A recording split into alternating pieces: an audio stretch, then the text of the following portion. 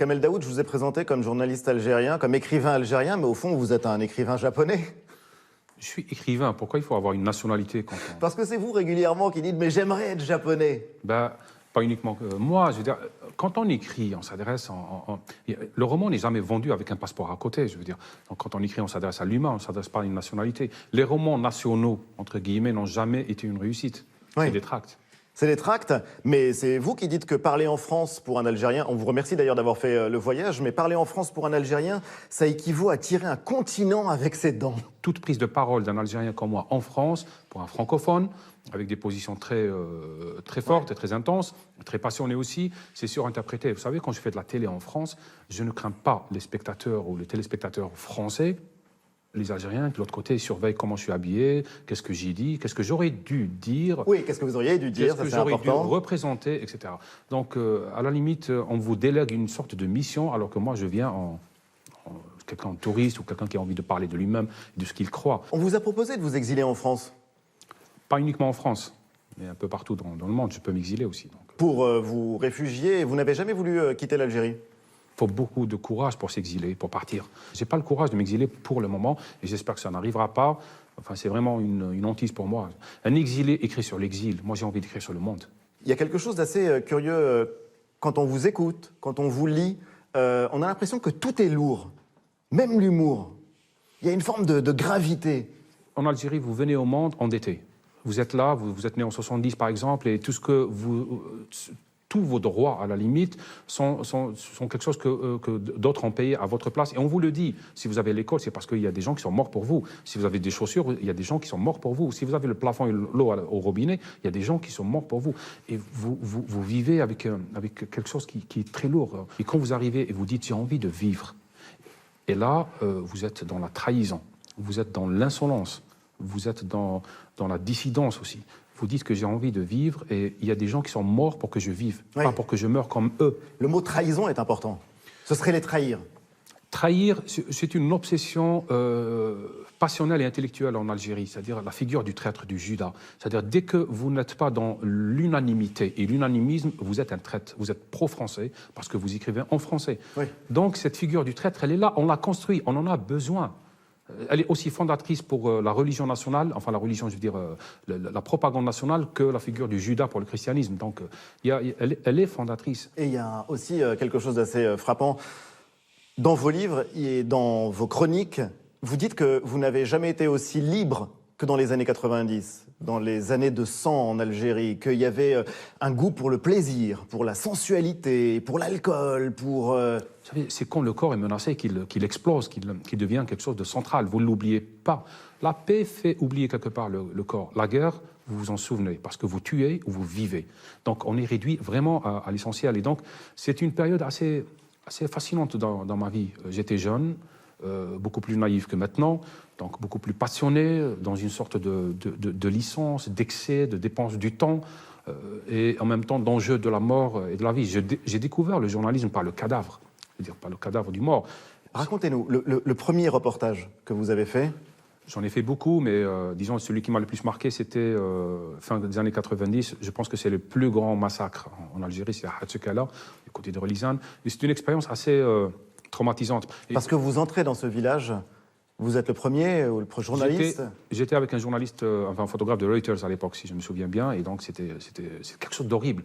En même temps, j'ai découvert cette mécanique du déni en soi et chez les autres. Les gens ne veulent pas. Vous revenez, vous dites il y a 1000 morts? Et personne ne vous croit. Et ça, c'est assez extraordinaire. Donc, vous vous retrouvez dans une sorte de colère, de détestation de votre monde tout autour. Mais je pense que je ne suis pas le seul à avoir vécu cette horreur-là. Il aura fallu 10 ans pour que les autorités algériennes reconnaissent le nombre de morts. Exactement. Exactement. Ils ont minimisé au maximum? La justification et l'explication d'époque, c'était qu'il ne fallait pas créer un effet de choc trop grand à l'époque. Mais c'était quelque chose aussi de traumatisant pour tous les journalistes en Algérie. Vous savez, l'enjeu du chiffre des morts était un enjeu majeur durant 10 ans de guerre. C'est-à-dire il y avait le chiffre, le bilan officiel, le bilan qu'on obtenait, par exemple, auprès de la morgue, oui. Sur les vrais morts. Il fallait trouver le chiffre médian.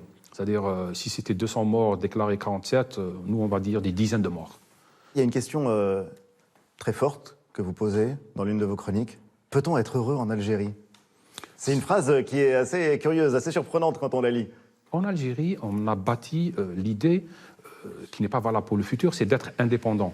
D'accord, mais pourquoi? Et je me pose la question, c'est celle du bonheur finalement. Et quand vous mettez au centre de votre réflexion le bonheur, là, vous provoquez un discours de réaction de la part des religieux, parce que ils sursoient au bonheur après la mort, Oui. et face aux décolonisateurs, parce que moi je fais la part des choses, il y a les colons, il y a les décolonisés, il y a les décolonisateurs qui sont au milieu, qui les ont chassés pour les remplacer. Donc, et là, ils vous disent, non, le but était d'être libre. D'accord, mais moi je suis libre et j'ai envie d'exercer cette liberté, c'est-à-dire d'embrasser, de tenir une main, de regarder un film, de planter un arbre, de nager, etc. Et là, vous remarquez que le bonheur, c'est quelque chose qui est interdit, qui n'est pas supposé dans la vie d'une nation. Et c'est extraordinaire. Mais pourquoi? Ça sert à quoi d'être algérien si je ne suis pas heureux? Oui. C'est pour avoir un drapeau, un puits de pétrole, et un visa de 5 ans et un peu d'argent en banque. Ça ne me suffit pas. Même quand vous racontez la plage, qui est un lieu par excellence, qui est un lieu de bonheur, la plage n'est pas heureuse en Algérie. Quand vous décrivez les corps, c'est bientôt l'été, les gens vont aller à la mer, mais les corps qui se dénudent racontent encore quelque chose de politique. Pas uniquement politique, idéologique, de propagande. La plage, je pense que c'est l'enjeu du XXe siècle. C'est dans la plage qu'on tue le touriste. C'est dans la plage que se pose la question du bikini ou du burkini. Oui. C'est dans la plage que Meursault a tué l'arabe, enfin sur la plage. Oui. La plage, c'est le lieu de rencontre entre Vendredi et Robinson Crusoe, c'est le lieu inaugural. Mais en même temps, pour les religieux conservateurs de tous bords, c'est-à-dire ce que j'appelle moi l'intégriste universel, la plage, c'est le lieu où se pose le corps nu, c'est-à-dire où s'arrête le temple, l'uniforme, la kippa ou la barbe ou le burkini, etc. Et on est confronté à la seule éternité qui nous soit accessible, la mer. Et là, vous êtes sans Dieu, sans loi, sans tablette. Vous êtes là et vous devez choisir, soit revenir et vous cacher, soit nager, accepter le monde. Moi, je trouve que l'enjeu est immense. Et je vois le malaise de beaucoup d'Algériens, mais pas uniquement Algériens, face à la mer. En même temps, c'est une image de contraste. Chez vous, le touriste en France ou en Occident va pour quitter un pays. On va à la plage parce que c'est une ouverture vers le monde. La mer est une ouverture. De l'autre côté, c'est un mur de lamentation. La Méditerranée est un mur en Algérie. De l'autre côté, c'est un mur. C'est-à-dire c'est là où commence la possibilité d'un autre pays. Alors que pour le touriste, le nudiste, c'est là où je me débarrasse du pays pour retrouver mon corps. Et la Méditerranée, j'aimerais bien qu'on la restaure. C'est un fantasme, je sais, mais c'est une belle croyance. Qu'on restaure la mer. Qu'on restaure la mer. Moi, j'y crois. Enfin, je voudrais rêver sur ça. C'est-à-dire un lieu où on se débarrasse de la gravité, de l'uniforme, du temple, de la croyance, du parti. Et on va vers la mer.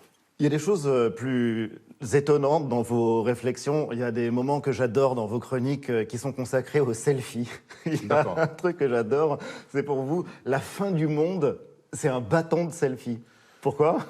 Parce que c'est extraordinaire. Vous savez, le monde est taxidermisé, c'est-à-dire il est empaillé. C'est-à-dire le monde n'est plus intéressant. On n'y est plus comme pèlerin ou comme voyageur, mais c'est un arrière-plan informatique. C'est-à-dire vraiment un fond de bureau, un fond d'écran. Un fond d'écran, cherchez le mot. Donc c'est vraiment... Et là, il n'est pas dans le désir de rencontrer autrui. C'est-à-dire, vous pouvez me prendre en photo, vous le dites en anglais, en japonais, je ne sais pas, en arabe. Mais là, le gars, il arrive, il prend un selfie, il rentre chez lui. Vous n'existez pas. Vous êtes un personnage absolument secondaire dans son univers. Et le monde n'est plus un texte qu'il lit, mais c'est un prétexte pour qu'il prenne une pause. C'est une affreuse solitude qui se dessine. Une affreuse solitude, le selfie. Je le crois. Il y a quelque chose d'assez drôle, c'est que vous racontez ce problème qui n'arrive pas à être tranché. Quand on va à la Mecque, par exemple, et qu'on prend un selfie, est-ce que c'est licite ou est-ce que c'est illicite ? Est-ce que le selfie à la Mecque est halal ou haram ? Licite ou illicite ? Est-ce qu'on a le droit de prendre une photo avec Dieu qui est par essence invisible ? Donc, est-ce qu'on est là-bas pour le spectacle ou justement pour oublier son corps ? Est-ce qu'on peut mettre en scène une croyance ou un pèlerinage ? En Arabie Saoudite, ils sont interrogés. Il y a une fatwa pour dire, je crois, qu'il est illicite de fabriquer des bonhommes de neige. Ça peut faire rigoler vu de dehors, mais de l'intérieur, c'est quelque chose de fascinant. Je veux dire, la pensée théologique absurde est fascinante. Mais ça vous fait rire quand même un petit peu. Ben oui, c'est valable aussi quand vous voyez, par exemple, les juifs ultra-orthodoxes qui s'enveloppent de plastique pour prendre l'avion, pour ne pas ne pas toucher quelque chose d'autre. Quand on voit le catholique qui faisait de même à l'époque, qui se flagelle pour se punir de quelque chose qu'il a commis au nom d'une... Les croyances peuvent mener à l'absurde, Oui. au nom du sens. Alors que l'absurde peut mener au sens, justement, au nom de la réflexion. Vous avez prononcé le mot absurde D'accord. pour l'amoureux de Camus. Oui, mais pas uniquement. Pourquoi Camus? Camus, il fait partie de l'histoire algérienne, il fait partie de l'histoire de ma généalogie d'écrivains qui m'ont marqué. C'était aussi une rencontre qui m'avait beaucoup libéré. Le mythe de Sisyphe et l'homme révolté ont été essentiels dans mon parcours pour sortir d'une philosophie vers une autre. C'était vraiment des béquilles dans ma démarche pour pouvoir me libérer, me désaliéner. J'aime pas le mot, mais bon, il s'impose. Et puis Camus, c'est quand même le premier sans-papier algéro-français. Oui, c'est vrai. Ça, c'est assez fascinant. Je veux dire, né algérien, mort français, attaqué par les deux, réclamé aussi par les deux. Aujourd'hui, réclamé par les deux. Tout le monde veut son Camus à lui, etc. On lui fait dire... C'est assez fascinant. C'est pour ça que la pensée, la vision camusienne se perpétue. Elle est toujours là, elle est d'actualité, alors que la pensée d'autrui est archivée. On est ici aux Archives nationales avec des manuscrits, avec des textes anciens. Vous avez vécu une émotion extrêmement forte devant un manuscrit de Camus aux États-Unis, à Yale. Ça, c'était extraordinaire. C'est vrai que la chef de département, Alice Kaplan, qui a écrit un très bel ouvrage sur l'étranger, une sorte d'enquête sur l'écriture de l'étranger, et qui m'avait permis de feuilleter le manuscrit du mythe de Sisyphe. C'était une expérience marquante. Pourquoi? On découvre que Camus rature énormément. Oui. La rature chez Camus, c'est vraiment le revers de la médaille. C'est-à-dire, on a à l'abouti un style magnifique, limpide, très extrêmement mathématique simple. à la limite, arithmétique, et à l'origine, c'est beaucoup de rature, beaucoup de souffle, etc. Vous écrivez extrêmement vite, il paraît. C'est un enjeu. Bon, c'est une maladie de journalisme aussi, c'est la deadline. Écrire dans l'urgence. Écrire dans l'urgence, ça me permet d'être dans le flux, de ne pas trop réfléchir, parce que si je réfléchis, je deviens idiot, donc je pense la chose. Vous savez, écrire, c'est comme embrasser. Vous ne pouvez pas embrasser et réfléchir. Ça finit pas bien, je veux dire, c'est raté. Donc c'est quelque chose qui... Vous tenez le corps... Et puis il ne faut pas se précipiter. D'accord. Si. Non, il ne faut pas se précipiter. Non, je ne sais pas. D'accord. Ok, c'est une autre discussion. Ah bah je vous ai fait sourire. Mais je souris, je ris dans la vie. Oui, mais de temps en temps, dans vos textes, oui, mais rarement quand on vous voit votre personnage public, le Kamel Daoud de la télévision, pour le dire vite, il sourit très rarement. C'est vrai que c'est peut-être une posture aussi. On vous pose des questions très sérieuses. Si vous souriez en même temps que vous répondez, vous avez l'air idiot.